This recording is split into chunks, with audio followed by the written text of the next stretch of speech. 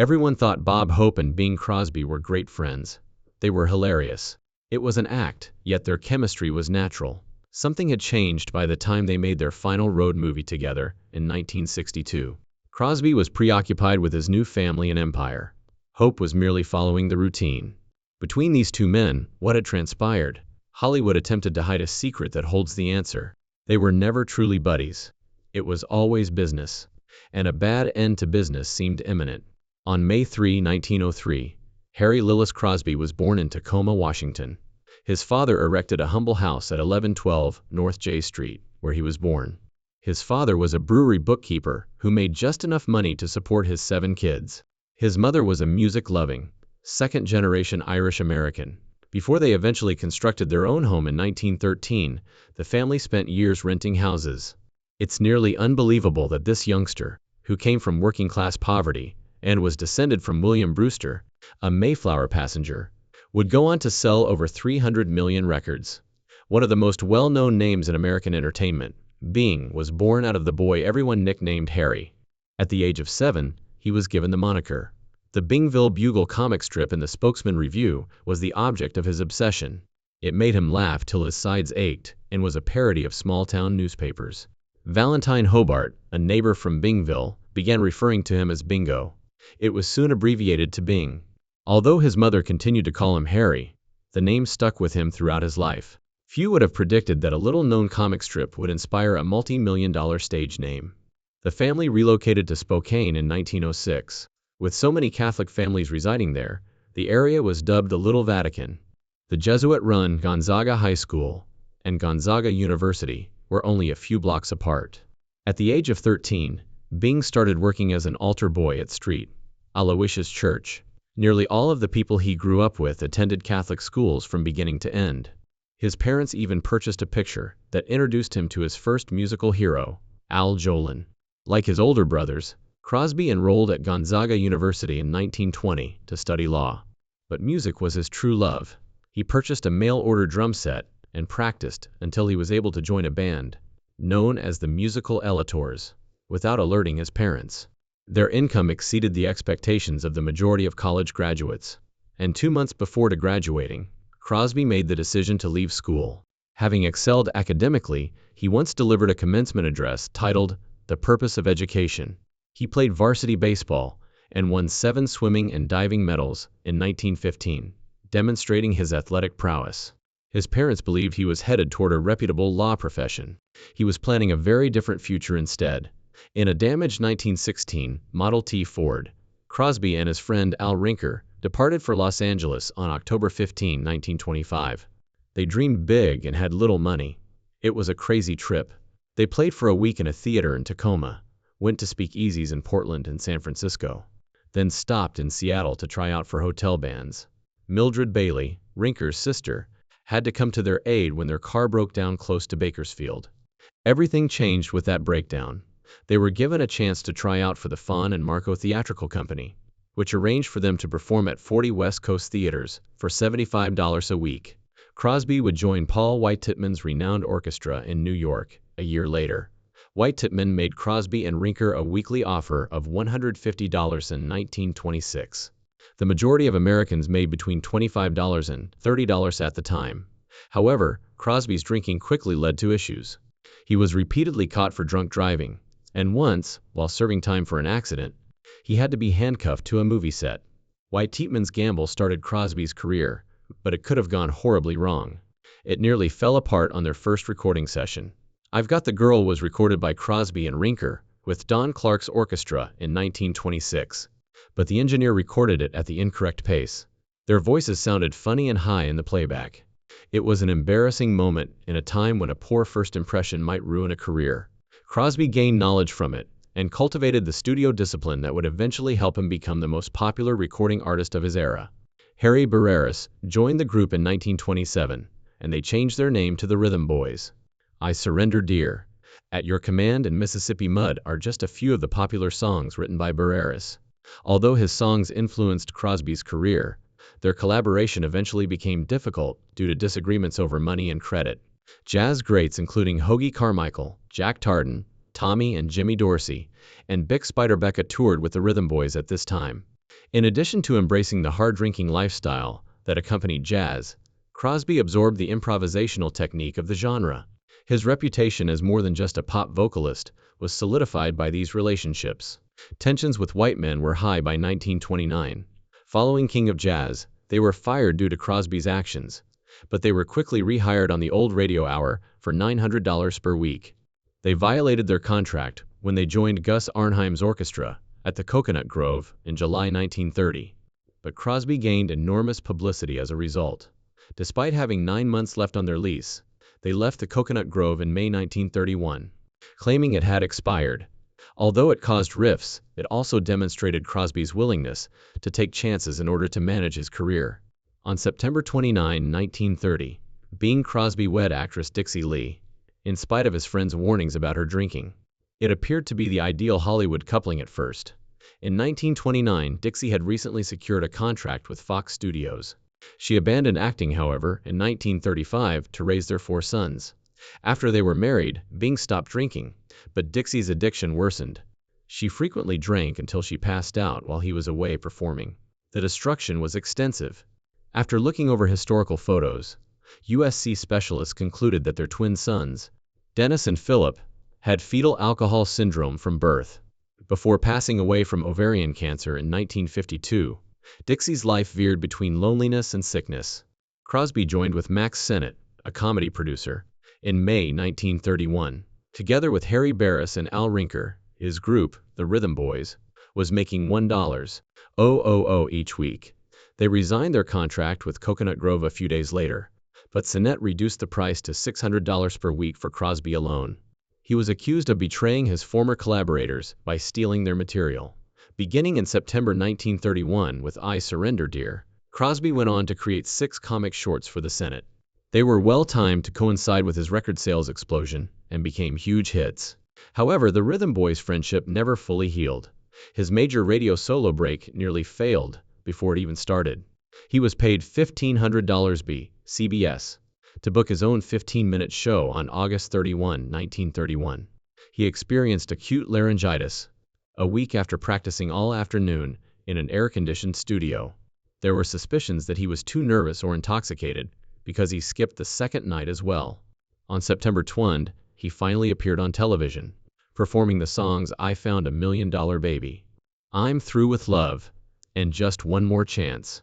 He became a national celebrity in a few weeks once the show took off. Crosby dominated the charts that year, like no one else had. Out of Nowhere and At Your Command were among the 10 singles he had in the top 50 at the same time. Some became #1 hits, while other singers grumbled that they couldn't compete. When it became apparent that Crosby was untouchable, a fictitious baritone's duel with Russ Columbo ended abruptly. Engineer Steve Hoffman later claimed that Crosby's deal with Decca founder Jack Kapp to sell singles for 35 cents prevented the entire record industry from collapsing because of how well his records sold during the Great Depression. Crosby played the lead in The Big Broadcast, a comedy about a late radio star that was hauntingly reminiscent of his own broadcast problems in real life. In 1932, as a result of the film's success, the production accelerated to 3 films annually, a weekly 1-hour radio show, and continuous touring. Despite earning millions of dollars in today's currency, the workload left him worn out. His prolonged absences made Dixie's drinking worse, and he resorted to alcohol and drugs to stay going. Crosby and Jack Kapp struck a landmark agreement at Decca Records in late 1934.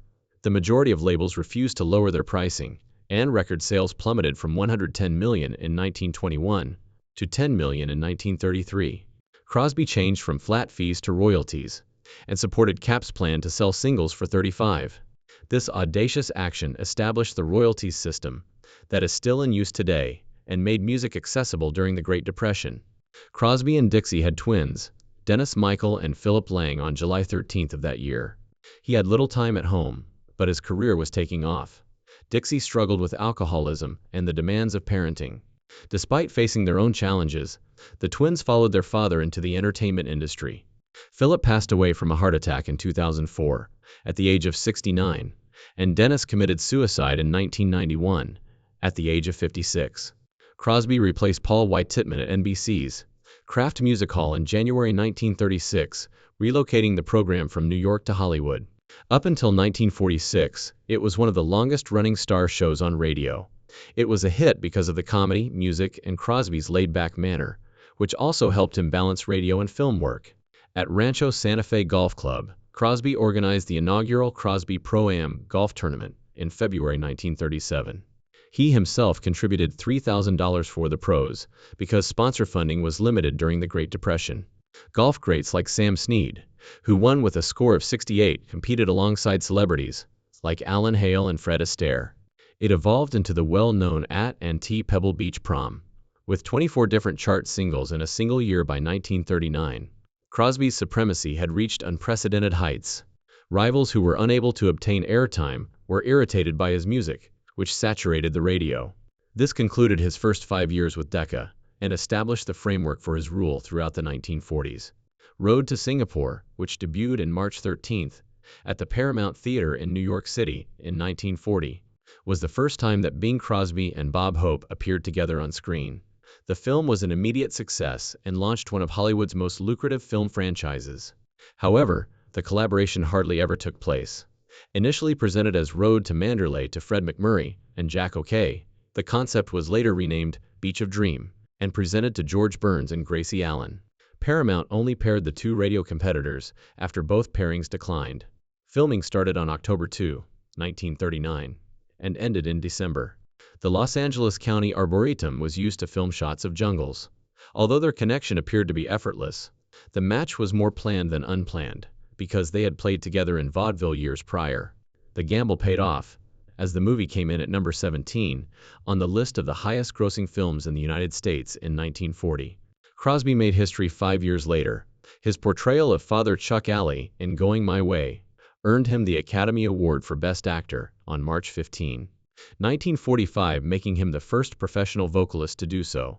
Out of 10 nominations, the movie took home 7 of them, including Best Picture. Crosby nearly didn't make the ceremony. Word got to him while he was on the golf course, dressed informally and without his toupee. He would never hear the end of his mother's warning, persuaded him to head quickly to Grauman's Chinese Theater if he skipped. He received the prize from Gary Cooper. Ironically, Crosby had first hesitated accepting the job because he was uncomfortable portraying a priest. He then remarked, "I couldn't be more surprised if I won the Kentucky Derby." However, it turned out to be the turning point in his acting career and contributed to his rise to the top of Hollywood's box office rankings. Crosby was the most dominant from 1944 to 1948. No other performer had ever held the top spot at the box office for 5 consecutive years. In 1946, he achieved his zenith when he directed 3 of the top 5 grossing films of the year. Blue Skies and Road to Utopia brought in $8 million for The Bells of St. Mary's. Just those 3 generated $18 million in rental revenue. The only reason Ingrid Bergman outperformed him in that year's earnings was because her 4 pictures brought in a total of $21.75 million. With 19 pictures earning over $4 million apiece, in 1946, Hollywood had its most successful year ever.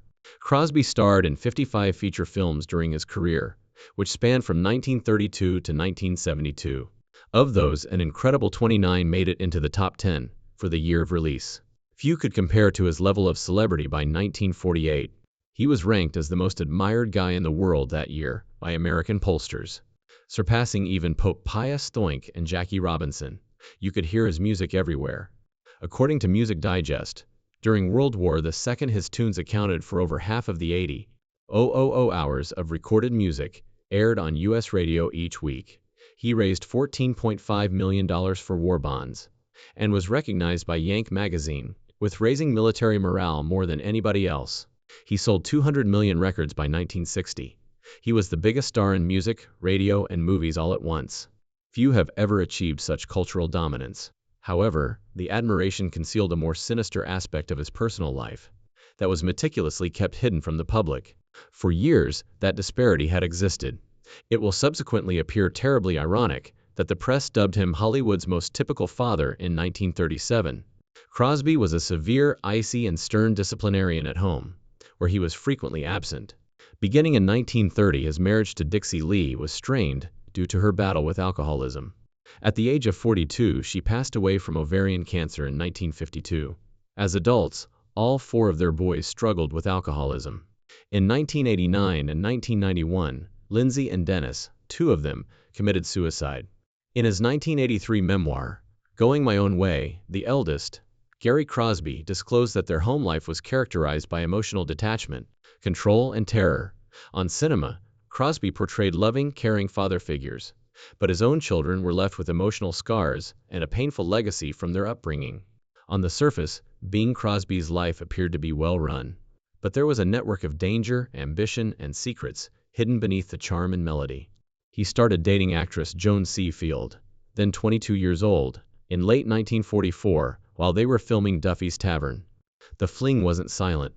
Actress Patricia Neal later disclosed Joan's anguish over adoring an older married man as well known as Gary Cooper, proving that their bond was strong enough for friends to notice by 1945.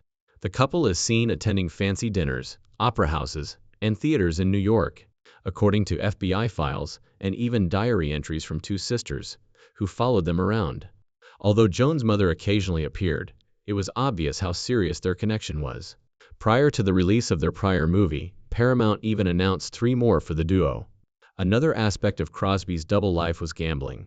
According to FBI archives, he reportedly paid a single gangster $10,000 in 1930 and owed thousands to people connected to the mob. One of the death threats he received demanded $6,000 and was loaded with hateful and violent threats.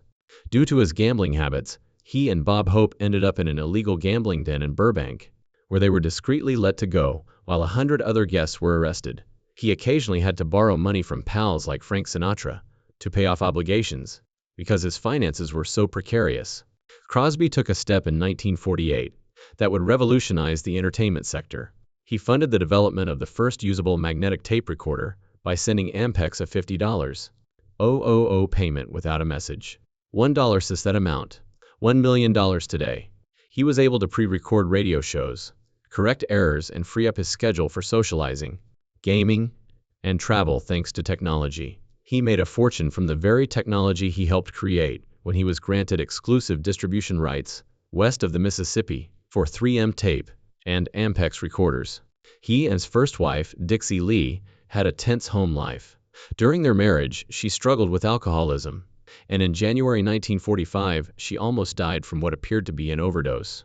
On November 1952, 3 days before her 43rd birthday, she died of ovarian cancer. Later, experts feared that their twin sons had fetal alcohol syndrome. Her alcoholism had even led Crosby to consider divorce in 1941, but her passing put an end to a tumultuous marriage that had become a PR issue for him. Additionally, there were times when his relationships became risky. According to FBI records, Crosby lost his temper in a nightclub following an all-night drinking spree with crooks. While others pushed a witness into a car, shackled him, drove at high speed, and beat him. 2 armed men held him. The Bureau was well aware of his gangster friendships and his practice of repaying them, and J. Edgar Hoover personally monitored his actions. Katharine Grant, at 23 years old, interviewed Crosby during the White Christmas production in 1954. His age was 54.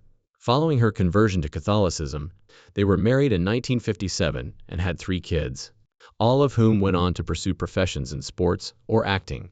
Later, Katharine discussed the difficulties of marrying someone with conventional expectations in a time of change. Crosby's riches expanded through commercial endeavors that went well beyond music and movies.